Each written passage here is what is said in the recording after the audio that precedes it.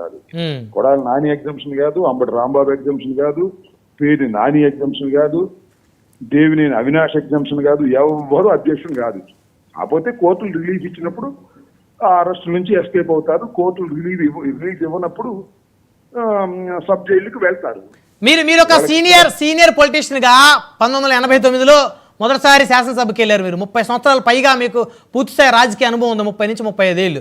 అయితే రాంబాబు గారు, ఇప్పుడు జగన్మోహన్ రెడ్డి గారు అరెస్ట్కి రంగం సిద్ధమవుతుందని మీకు అనిపించట్లేదా?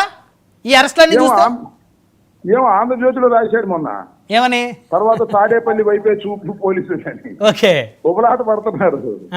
జగన్మోహన్ రెడ్డి గారిని అరెస్ట్ చేయాలనేటువంటి ఉబలాటం పడుతున్నారు. ఉబలాట పడ్డోళ్ళందరికీ శాస్తి జరిగింది, దానిలో ఏం సందేహం లేదు. ఇవాళతో పోత కదా రాజకీయాలు. సరే, అంటే మళ్ళీ మీరు వస్తే మళ్ళీ ఎవరెవరైతే మీ పార్టీ ఎమ్మెల్యేలని, మాజీ ఎమ్మెల్యేలని ఇబ్బందులు పెట్టారో సో వారందరి సంగతి చూస్తామంటారు మీరు?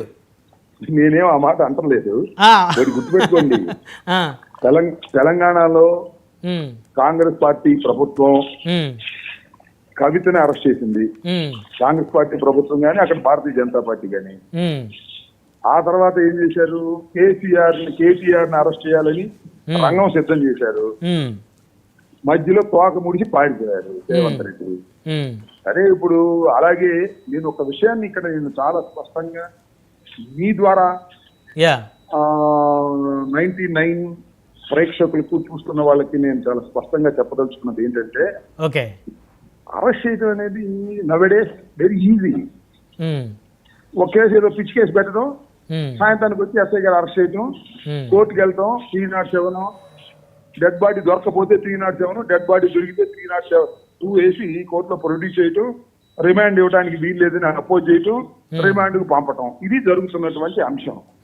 అందువల్ల అరెస్ట్ చేయటం పెద్ద అంశమే కాదు. కానీ నన్ను వంశీను లేకపోతే మరొకరిలో అరెస్ట్ చేయటం వేరు.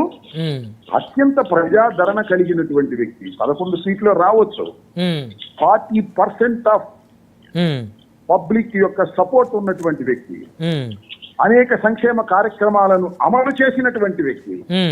ఈ సంవత్సర కాలంలో జగన్ పేరు తలవనేటువంటి ఓటరే లేడు. ఎందుకేశావురా చంద్రబాబుకి?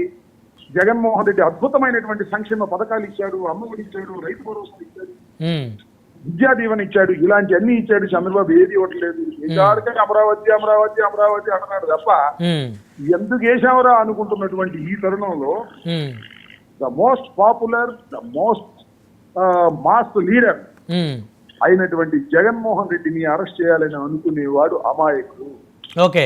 చేతులు కాలిన తర్వాత ఆకులు పట్టుకుంటే మనం. అంటే జగన్ గారిని అరెస్ట్ చేస్తే రాష్ట్రం రణరంగం అయిపోయిందా సార్?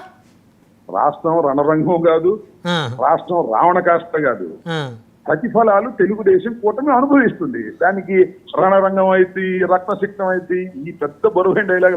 ప్రతిఫలాలు అనుభవించిందంటే మళ్ళీ మీరు అధికారంలోకి వచ్చినాక అంతకంతకు వరకు ఉండిద్ది అనేది మీ మాటల్లోని అర్థం. నా అర్థం అది కాదు. ఇప్పుడైతే జగన్మోహన్ రెడ్డి గారిని అరెస్ట్ చేస్తారో తప్పు అని అందరూ ముక్కు మీద ఏలేసుకుంటారు, ఇంక్లూడింగ్ తెలుగుదేశానికి ఓట్లు వేసినటువంటి రాష్ట్ర ప్రజానీకం కూడా. అరే ఏంట్రా జగన్మోహన్ రెడ్డి గారిని అరెస్ట్ చేశారు, తప్పు కదా. రాష్ట్రానికి ముఖ్యమంత్రి చేసినటువంటి వ్యక్తి ఒకసారి వేశారు, 16 మాసాలు జైల్లో పెట్టారు, ఏం సాధించారు, మళ్ళా వేస్తున్నారు, ఏం సాధిస్తారు అనేటువంటి భావన సర్వత్రం వ్యాపిస్తుందనేది నా అభిప్రాయం. ఈ అభిప్రాయాన్ని దయచేసి మీరు 99 రికార్డ్ చేయండి.